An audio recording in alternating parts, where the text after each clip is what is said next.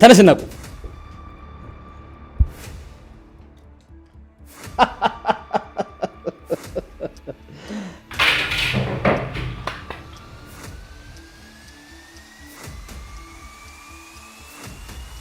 ቢኒ አሁንም ቢሆን ግን አባዬ ስለ እናንተ ግንኙነት ምንም ማወቅ የለበትም። ተጠንቀቅ።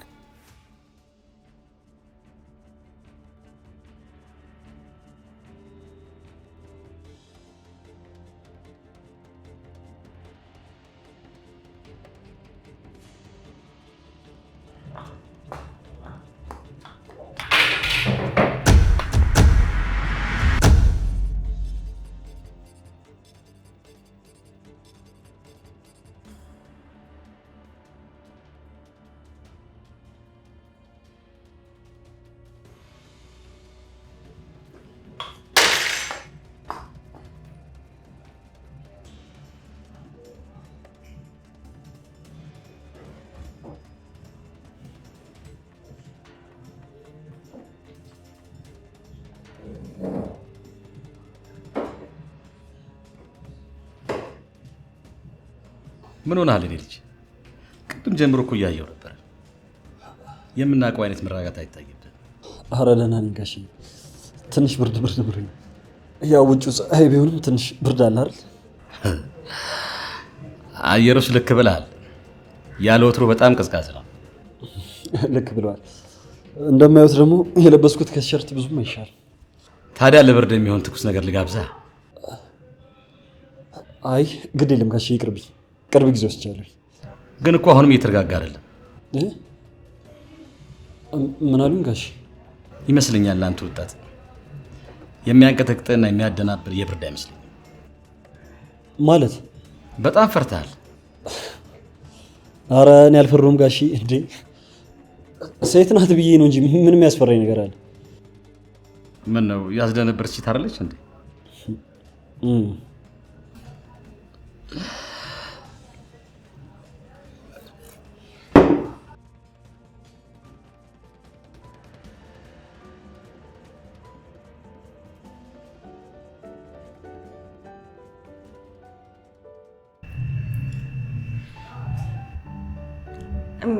ምንድነው ዶክተር? እጄን ደጋግመህ ዳበስከኝ። እያሽኮረመምከኝ ነው ወይንስ ሌላ ያሰብከው ነገር አለ? ኧረ አይደለም፣ እንዲሁ ደስ ብሎኝ ነው። ምን ታገኘ ዶክተር ሰውነት? ስለ አንቺ ሕክምና ማለቴ ስለ ክብደትና ቅለቱ እያሰብኩ ነበር። ነው እንዴ? አዎ ይገርማል። ስለ ሕክምናው ጉዳይ በነገራት ምንኛ ደስ ባለኝ። እሷ ስትደሰት ማየት ለእኔ በዚህ ምድር ከማገኛቸው ደስታዎች ቀዳሚው ደስታ ነው። ነገር ግን አሁን ነገር ደስተኛ ብትሆንና የሕክምና ጉዳይ ቢጓተት ባይሳካ ቢቀርስ? ውቢትን አጓጉቼማ። ምን ነው ሰውነት ጠፋሳ? አለው ክብርቶይ። ደግሞ እኮ ንግግርህን አቋርጠን ነው ዝም ያልከው። የምን ንግግር? ምን ብዬሽ ነበር? አንዴ ዶክተር ምን እያሰብክ ነው? ቅድም እኮ ስለ ሕክምና ሙያ እያወራኝ ነበር። እውነት ግን ስለኛ ሕክምና ምን ታስቢያለሽ? እኔ በምን አውቃለሁ ዶክተር? ሁሉም ስራ እኮ የራሱ የሆነ አሻራ አለው። ስራ የሚሆነው ሰራተኛው በትክክል ስራውን ሲያከብር ነው። እሱማ ስራ ሁሉ ክቡር ነው። የዕለት ጉርሱንና የዓመት ልብሱን የሚያገኝበት ስራ ከሆነ እኔም አክብሬ እሰራለሁ። እኔ አንቺ እንዳልሽ ማለቴ ሳይሆን ለአንቺ ሕክምና ምን ማለት ነው? ሕክምና ለእኔ ለሰው መኖር ማለት ነው። ምን ማለት ነው ደግሞ?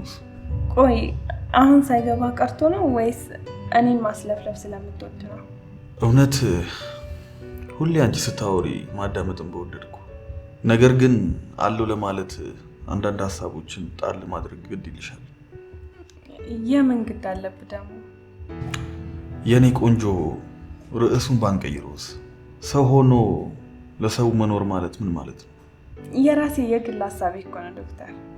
ሲጀመር ዶክተር ብሎ መጥራት ተከልክለሻል። ሲቀጥል ደግሞ ምንም ይሁን ምን ሀሳብሽን ማብራራት ይጠበቅብሻል። ታዛዥ ነኝ ክብሩነቱ። የህክምና ስራ ቀላል የሚመስላቸው ሰዎች አሉ፣ ግን ቀላል አይደለም። ህክምና በጣም ጥንቃቄ የሚያስፈልገው ሙያ ቢሆንም ጥንቃቄው ደግሞ የሰው ህይወት ለማዳንና ለማትረፍ ነው። ሐኪም ሆነ ከምትመለከተውና ታካሚ ሆነ ከምትመለከተው ሁለቱም የተለያየ ጎራ ነው። ሐኪሞች ታካሚያቸውን የሚያዩት በትንሿ ብሌናቸው ቢሆንም ወደ ህዝቡ ግን ሲሄድ አመለካከታቸው አድማሳቸውም ይሰፋል። ታካሚው ምንም ይናገር ምንም ይሳደብ ይጩህም፣ ሐኪሞች ግን ምንም ነገር አይሉም። እሺ ለምሳሌ አንድ ታካሚ ተፈንክቶ ቢመጣ ቢሰድባችሁ ቢተፋባችሁ ምንም ነገር ቢያደርጋችሁ እናንተ በትዕግስት ሐክማችሁ ትሸኙታላችሁ። ሌሊቱን ሙሉ እንቅልፍ አጥታችሁ የሰውን ህይወት ለማዳን ሌት ከቀን ትለፋላችሁ። እንቅልፍ ማጣታችን እንዳለ ሆኖ ሰው ሲሰቃይ ማየት ራሱ ለህሊናችን ከባድ ነው። ለህሊና ብቻ አይመስለኝም፣ ሁሉም ዶክተር ህሊና አለው ለማለት ይከብደኛል። ሁሉም ሐኪም እኮ የሙያ ግዴታውን ያከብራል ማለት አይደለም። ታካሚው ከሰፊው ሜዳ ወደ ጠባቡ ቢሮአችሁ ሲመጣ አንዳንድ ሐኪሞች ለአንድ ታካሚ ብቻ እንደሚሰሩ አድርገው ያስባሉ። ይህንንም ታግሳችሁ መስራታችሁ ከሙያም ግዴታ በላይ ነው። እሱማ ለስራው ያለን አክብሮትና ሙያችንም ስለሚያስገድድ ነው። እኔ ግን አይመስለኝም። እንዴት ነው የማይመስልሽ? ህሊናቸው ምንም ሳይመስላቸው ሙያቸውን ለጥቁር ጠባሳ የሚጠቀሙም አሉ። ምን ለማለት እንደፈለግሽ አልገባኝም። በሁሉም ሙያ ዘርፍ እኮ ጥሩም እንዳለ መጥፎም አለ።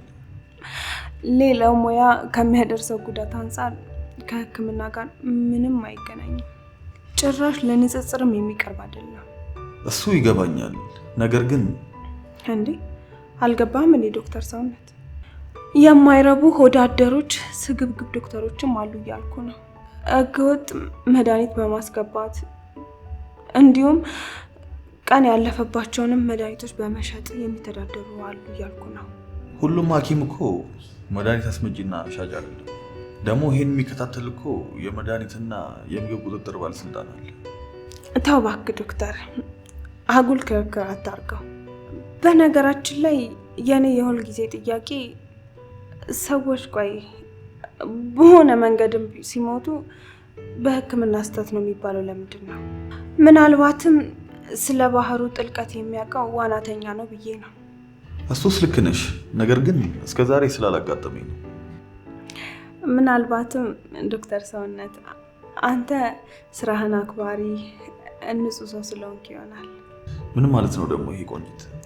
እስኪ አስበው ዶክተር፣ ብዙ ጊዜ ታዋቂ ሰዎች ሲሞቱ ጠዋት ደህና ነበር ከሰዓት ነው የሞተው ምናምን ይባላል። የሞቱ መንስኤ ምንድን ነው ብለህ ስትጠይቅ የህክምና ስህተት ነው ይባላል። ይሄም አሁን የሚወራው ታዋቂ ሰዎች ሲሞቱ ነው። ይሄ ማለት እኮ በዚህ ምክንያት ብዙ ሰዎች ይሞታሉ ማለት ነው። በእርግጥ በህክምና የተለያዩ ስህተቶች ይፈጠራሉ። ይህም በህክምና በዓለም ላይ ያለና ወደፊትም የሚኖር ነው። እሱም አይጠፋኝ ብለክ ነው። ያው ነገሩን እናውራው ብዬ ነው እንጂ የእናንተ የህክምና ቦታ ላይ እንደማይሆን ተስፋ አድርጋለሁ። ይሄ ሰፊ ጥናት የሚያስፈልገው ስለሆነ ይግባኝ መጠየቅ ይኖርብሻል። እኔ ለራሴ የአይን ብርሃኔን ያጣው መውጫ መግቢያውን ለማግኘት መሪ የምፈልግ ሰው ነኝ። ጨለማነቱም በቅርቡ ያበቃለታል። ምኑ ነው የሚያበቃው? አይ አሁን ስለ መሪ ማጣት አወራሽ ብዬ ነው። እንዴት ማለት? መሪ ከየት አገኛለሁ ብለህ ነው? እኔስ እንዲህ እየተመራው ለመሄድ ሞራሌ እሺ ይለኛል ብለህ ነው? እንደዛ እንኳን አላልኩም። ያው ግንኙነታችን ይጠነክራል ብዬ ነው። አንዳችን ለአንዳችን እንሆናለን ብዬ ነው። እስቲ ፈጣሪ ይጨመርበት። እሱ ካልፈቀደ እኛ ምንም ነገር ብናደርግ አይሆንም። ወይዘሪት የሥራ መግቢያ ሰዓት የደረሰ ነውና ማታ መጥቼ እንጫወታለን። ወይ በወሬ ጠመድኩ አይደል? ሰዓቱ እንዴት ይሄዳል እባክህ። አረ በጭራሽ ጥሩ ሰዓት ነው ያሳለፍነው። ጥሩ ጨዋታዎችንም አውርተናል። ምን አወራን ዶክተር? ያው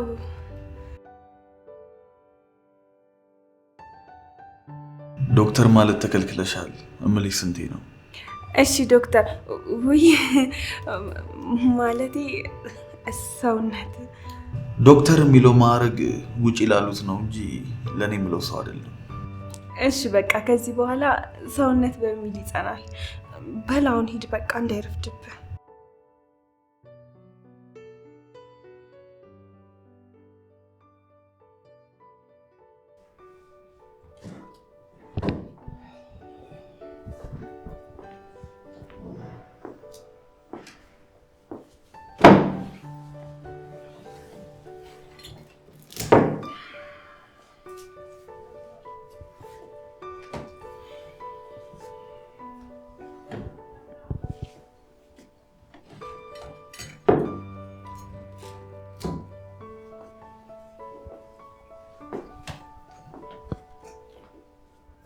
እንካ አትፍራንካ።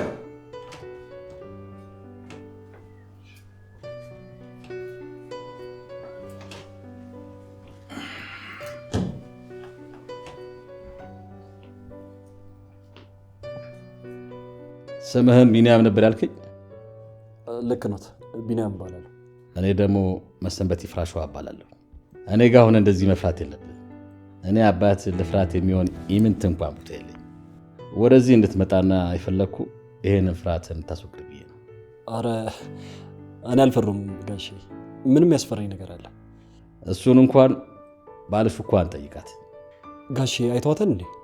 እኔ መሰንበት ይፍራሸዋ ማለት የንስር አይን በለኝ፣ በምድር በሰማይ ማየት የሚችል ሰው። ጋሼ በአንዴ እኮ ነው የተቀየረችብኝ። የሴት ጓደኛህ ናት ወይስ ምን ናት? አይ ጓደኛ እንኳን አይደለችም። በእርግጥ እኔ እወዳታለሁ፣ ያው እሷ ግን። እና ታዲያ እሷ ምን አድርግ እያለች? ሴት ልጅ ትንሽ ፊት ከሰጣት አሽከር ልታደርግ ሰኮንድ አይፈጅባት። አይ ጋሼ በመጠጥ ተገፋፍተን ይዣት አድሬ ነበር። ምናልባት ለዛ ሊሆን ይችላል።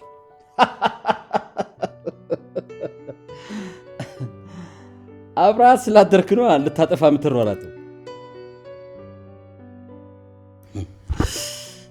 አንተ ወንድ አለመሆንን አውቃለች። ሴትና ውሻ ደግሞ ማለት የተለያዩ ፍጥረቶች ናቸው።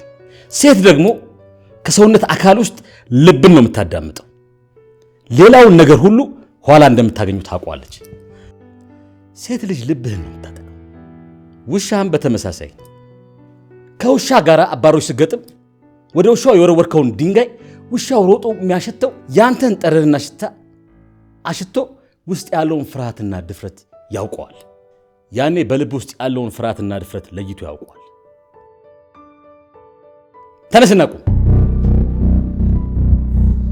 አየህ፣ ገና አንተ ብዙ መስራት የምትችል ጠንካራ ወጣት ነው። በአንዲት ተራ ሴት አባሮሽ የምትገጥም ተራ ሰው አይደለ። በህይወት ብዙ ነገር የምትሰራበት ወርቃማ ጊዜ ላይ ነው ያለው። የኖርከውንና ወደፊት የምትኖረውን ህይወት መሰረት የምታስይዘው አሁን ላይ ነው። ደግሞስ እንዴት በአንድ ተራ ሴት የገዳይና የተገዳይ ድብብቆሽ ትገባል? አንድ እጇን ይዘህ ሁለት አይኗን በጥፊ ብታጠናግራት ቀስተ ደመናው ይገለጥላት ነበር። ትሰማለህ አንተ ወጣት፣ ለሴትና ለአህያ ዱላ አይነፈክም። አንተ ደግሞ እኮ ወንድ ነህ። ወንድ ነኝ፣ ሊያውም ያባቴ ልጅ። አሁን ከአንተ ጋር አባሮሽ የገጠመችውን ሴት ተዋት። የምንመርጠውን የምታመጣ አይደለችም። ልክ የድስት ላይ አዝመራ ብላት፣ በማማሰያ ስታማሰላት የምትማሰል፣ ከላይ በጥፊ ብትላት ከድስቱ ወዲያ ማዶ ሄዳ የምትፈረጠር ድቃቂ ናት። አንተ ብዙ የሚጠበቅብህ ስራ አለ። ጋሼ ይቅርታ፣ ግን ስራው ምን አይነት ስራ ነው? አንድ ልጅ አለኝ። ከሱ ጋር አብረህ ትሰራለህ። ልጄ ጠንካራና አይነኬ ብርቱ ልጅ ነው። ስታየው አካላዊ ሁኔታው ለስላሳና የዋህ ይመስላል፣ ግን የማይሰበር ጠንካራ አለት ነው። ይገርምሃል፣ እንደዚህ ጠንካራ እንዲሆን ያደረኩት እኔ መሰንበት ይፍራሸዋ መሆኔን በኩራት እነግርሃለሁ። ግልጽ ነው፣ ገብቶኛል ጋሼ። ግን የኔን አታስቢኝ። ስለ ደሞዝና ስለ ክፍያ አትጨነቅ። ድንገት ሌላ ስራ ሊኖር ይችላል፣ ግን እሱን እየሰራህ ከኔ ጋር መስራት ትችላለህ። ካልሆነ ደግሞ የቀድሞ ስራህን ትተህ አሁን ከኔ ጋር አብረን መስራት ትችላለህ። ክፍያህንም ቢሆን ሌላ ቦታ ከሚከፈል የዓመቱን እጥፍ እከፍላለሁ። ይቅርታ ጋሼ፣ ስራዬን ሳለቅ ስራዬን እየሰራሁኝ በተጨማሪ ሰዓትም ሆኖ ከዚህ የተሻለ ክፍያ ማግኘት ምን አይነት ስራ ቢሆን? በዛ ላይ ደግሞ ስራዬን እየሰራሁኝ ተጨማሪ አንተን ስራ የምሰራው በየትኛው ጊዜ ነው? እሱ አሁን የሚያሳስብ ጉዳይ አይደለም። መጀመሪያ ፍርሃትን አስወግድ። ከዛ በኋላ ስለ ስራው እናወራለን። አካውንትን ንገረኝ፣ ትንሽ ገንዘብ ትራንስፈር አድርግልሃለሁ። ኧረ በጭራሽ እንዴ! ሳልሰራ ለምን ነው ገንዘብ የሚሰጡኝ? ይቅርብኝ፣ ግድ የለም። እኔ ላግዝ የምፈልግ አባት ነኝ እኮ ልጅ ቢኒ። ለሻይ የምትሆን ፍራንክ ነው ልስጥ ያልኩ። ልጄ ብትሆን እኮ ጠይቀኝ ትወስዳል ነበር እንዴ? እሱማ ልክ ነው። ታዲያ ተቀበላ። ደግሞ ድጋፍ ስትፈልግ ወደ እኔ ና እና በላሁን ያው ወሮበላ ልጄ ሳይመጣ ቶሎ ተንቀሳቀስ። ወሮ በላ ማለት ተጨማሪ ወጪ ታስወጣኛለህ። አሁን ለአንተ ስልክልህ ካየ እሱም ለእኔ ካላክልኝ ብሎ ያስጨንቀኛል። ቶሎ አውጣ፣ ቶሎ አይደልኛው። አመሰግናለሁ። ያው እንደውም ልጄ መጣ ሳይ ማለት እሱ ነው። ተው ና ተው። ቢኒያም ሳምሶን ተጫወቱ እናንተ። መጣሁ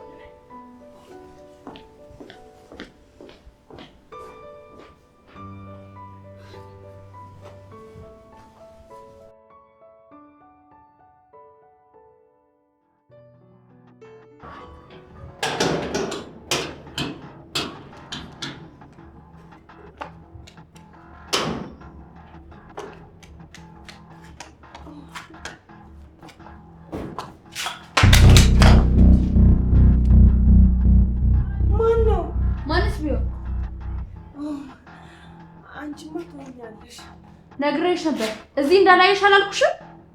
በዚህ ሁኔታ የት ሄዳለሁ? ህይወት እሱን አይመለከተኝም። ስትፈልጊ እንጦሮጦስ መግባት ትችያለሽ። እንጦሮጦስ እንኳን ማን እንደሚገባ የታወቀ ነው። ከዚህ ቤት እንዴት ታስወጪኝ እንደሆነ እናያለን። እኔ ከዚህ ግቢ የትም አልሄድም። የገባሁት በህጋዊ መንገድ ነው። በወጣም ደግሞ የምወጣው በህጋዊ መንገድ ነው የምወጣው። ያቺ መሰሪ ዘልዛላ እህትሽ ጠርተሽ ቶሎ ብትወጪ ነው የሚሻለው። አለበለዚያ የራሴን እርምጃ ነው የምወስደው። እህቴን ለቀቅ አድርጊያት። ብትመጣም ደግሞ የትም አንሄድም። እሱን አብረን የምናየው ይሆናል።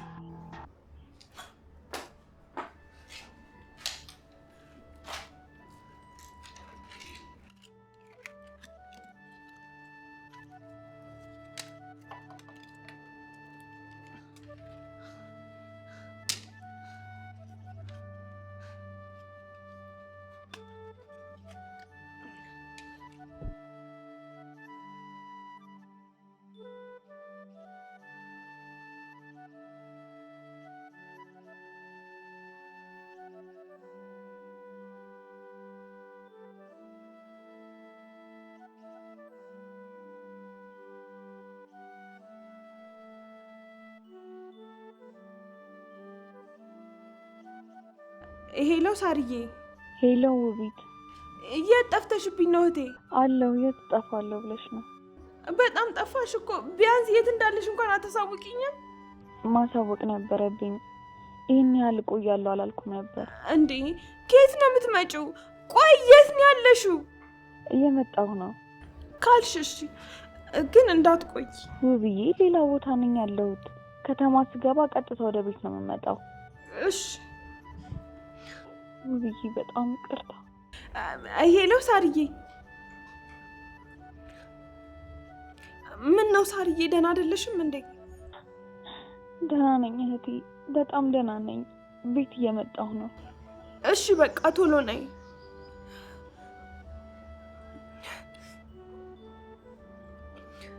ምን ሆነብኝ ነው?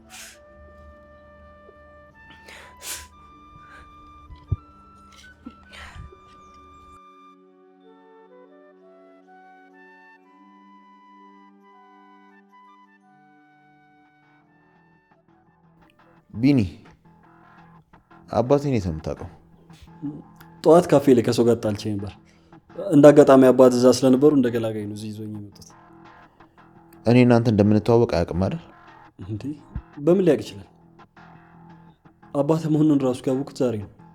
ያኔ ሳሚ ካናዳ ከመሄዱ በፊት እነ ህይወት ቤት አይቼ ስለነበር ነው።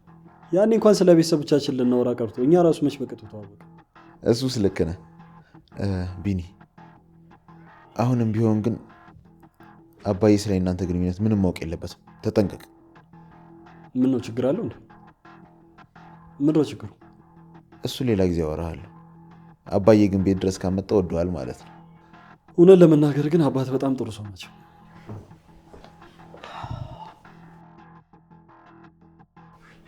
እናንተ ጎረምሶች እየተጫወታችሁ ነው? አዎ እየተጫወትን ነው። ደግሞ እንደ ሴት ቤት አትንጎዳጉ። ወጣ ብላችሁ ተቀበሉ። እሺ አባ። እሺ ሰላም